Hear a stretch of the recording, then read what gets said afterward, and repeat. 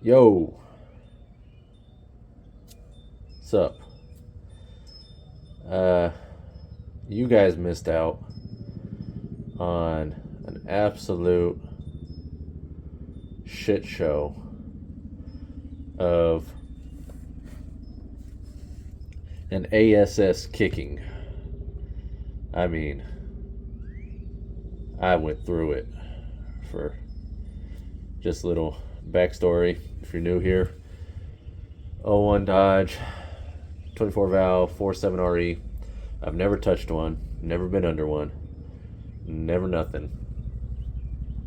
No OD, overdrive, no lockup.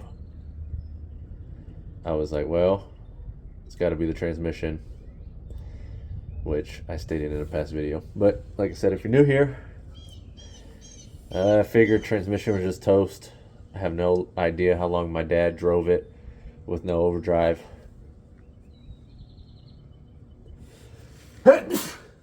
Oh, with no overdrive, with no lockup.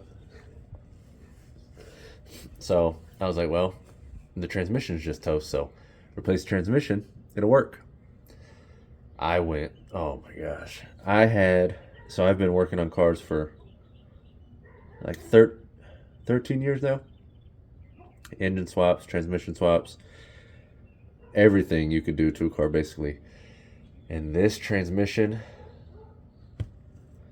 oh my goodness. I don't even know how to put it into words how badly taking this out and putting the new one in just beat me like a prime Mike Tyson. But got it all in there. Let me show you. Got it all in there. See, that's all. Oh well, that's better. See, it's all nice and pretty and new. Oily, new, oily because of oil. But ooh, nice and shiny, nice and pretty. We're not used to that kind of stuff around here, unless it's somebody else's vehicle. Don't mind this rubber line. I'm adding more. Eat your heart out. I know you're gonna get upset because I'm not running the metal lines. So another thing y'all aren't gonna like is I didn't replace the transmission cooler and I didn't flush it. Oh no, my transmission's gonna fail now. No, I promise it's got, wait, is that transmission fluid? I need to tighten that. Oh no, it's leaking from. Ay, stop leaking. Give me something that doesn't just, oh, you can't see it over there. Just give me one thing that doesn't leak. That'd be nice. Just one. Just give me one. Anyways, obviously, if you're looking for the fix, you're gonna have to scroll forward quite a few minutes because I'm talking to my day ones. I went through it, putting this bad boy in and taking it out. I still have to put my deep sump pan on it, and then I got another trans cooler I'm gonna put on it, and then there's a heat exchanger that automatics get. It's on the passenger side of the block. That's why you got a line going this way, that way, and the other way. And I'm just gonna cancel out that heat exchanger. I'm just gonna loop it together, and then my transmission lines are gonna run straight to the cooler I replace up front. But you guys missed out on hours and hours of absolute ass whooping. The worst part, 100%, was getting this cross member back into place. If you can tell, me and the tickle stick went to work, and it took forever. It looks like this on both sides. It took forever. I actually don't think I think so. This has 4 bolts that hold it in. I think only this side has 4 bolts. I think that side's just rocking 2. But it's there. It works. It's holding it up for now. Absolute pain. And then the torque converter bolts, there's 6 of them. And you have to get a barring tool to spin the flywheel, to spin the torque converter around. And then there's a hole that you get your socket in, whatever, and you got to take it out, put them in. But it takes forever to just turn that thing to get all 6. And then the top transmission bolt way up there in the darkness, it's not there anymore. I didn't put it back because that was an absolute pain too. But it's got all the other ones, so 4 out of 5 is good. 1, 2, 3. Oh no, I got 5 out of 6. Something like that. Close enough. 70% was always passing in school, so that's what we go with around here. But that was an absolute debacle. And then, what you guys really missed out on was me finally. So I put 14 hours into pulling that this is my nice shirt. Into pulling that transmission and putting the other one in. 14 hours. I keep trying to tell you guys I'm not a mechanic. And absolutely nothing changed. I got in it, went to drive it, and within the first 5 seconds, I knew it wasn't fixed.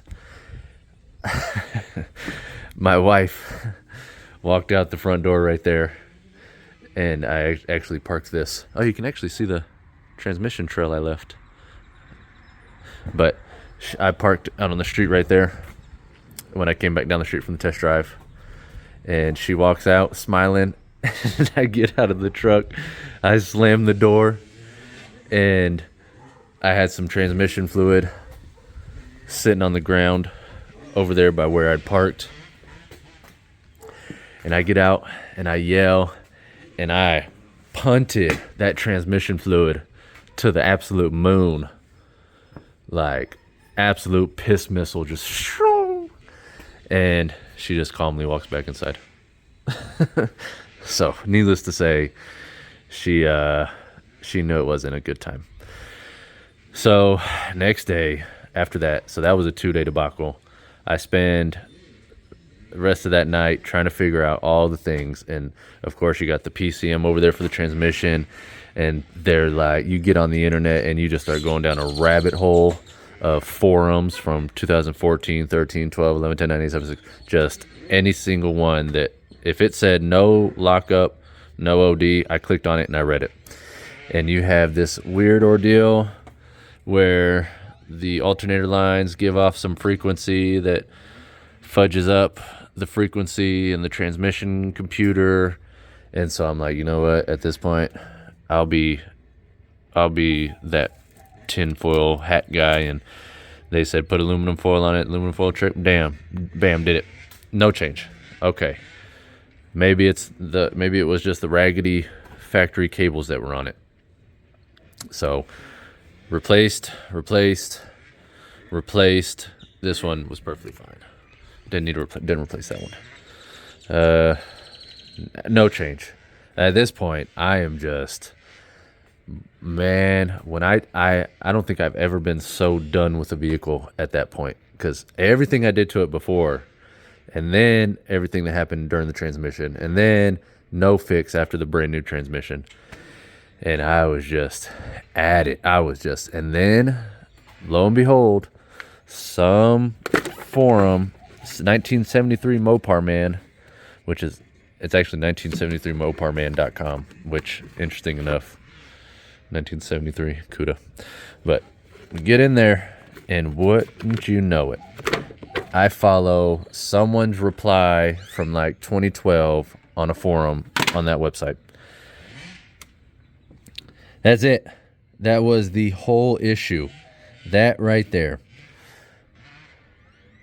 Ay. When I tell you, when I did this, when I backed it out of the driveway and I put it in drive and it jumped in gear, I knew it was fixed. I literally knew it right away. But what you do, you go, I ain't touching this because it's fixed and I don't want it to not be fixed anymore. What you do is, this is your transmission relay. So pin 30 is the middle one, and this is 87. This is getting constant power. When you put the relay in it, it jumps the power. So you got power to you get power to the OD solenoid down there in the lockup solenoid, and that's what powers it and makes it work. The issue the entire time was this relay just wasn't working, but wasn't the relay's fault, because I swapped relays and none of them worked, and all these are perfectly good relays. But I wasn't getting power to that middle pin right there. I came out, I pulled the plug off the transmission. I tested power at the red wire at the plug on the transmission, and luckily my wife, she came out in the garage, and I did this. I jumped it like this, tested it, and I had power at the red wire. I was like, okay, anyways, maybe that's a good thing, or maybe I'm even more SOL because it has power and nothing's happening. And then I said, okay, pull that out and put the relay back in it. Sure enough, she put the relay back in it, and power went away at the wire on the transmission plug. And I was like, that's it. So I came up here, I jumped it, get power to the middle wire. Of course, that keeps your solenoids open continuously because you're giving it continuous power. But it's fixed. I don't care what you tell me. You can comment on this video and be like, yeah, if something electrical happens and that current is open and it's getting constant power, it's gonna fry. I don't care. I do not care. I'll change the solenoids out. I already did it once on the last transmission. I know how to do it now, so I'll do it faster. It is 100% absolutely fixed. So if that bothers you, I don't care, because I got overdrive and lockup now, and I can actually drive this bad boy. But yeah, that was just, oh boy, you guys have no idea. But to add to the video, next I have some LS stuff in the works. Camaro obviously is going to be LS swap next. I'm done with the Corvette. That's just going to be sitting here for a minute, so you might see it around. I'm supposed to finish up a swap for a guy that has a LS swap C10 square body. So that might be the next thing, or it might be something with the Camaro, but Camaro is coming up because I need to get that swap so I can sell it. But yeah, Wayne is 100% fixed now. Well, my 100% fixed, maybe not your 100% fixed. But we don't care about your 100% fixed right here, because fixed is fixed. If it's right, it works. But appreciate you watching this short little video. Yeah, that's it. So stay tuned for what's coming up next. Appreciate you watching. Hope this video helped if you're new here and you were just here trying to figure out why your OD and whatnot works. Hope that helps, because anything past that, I have no clue. Best of luck on the forums. Get you some snacks and just start reading everything. But appreciate y'all. I will see y'all next time. Just go build something.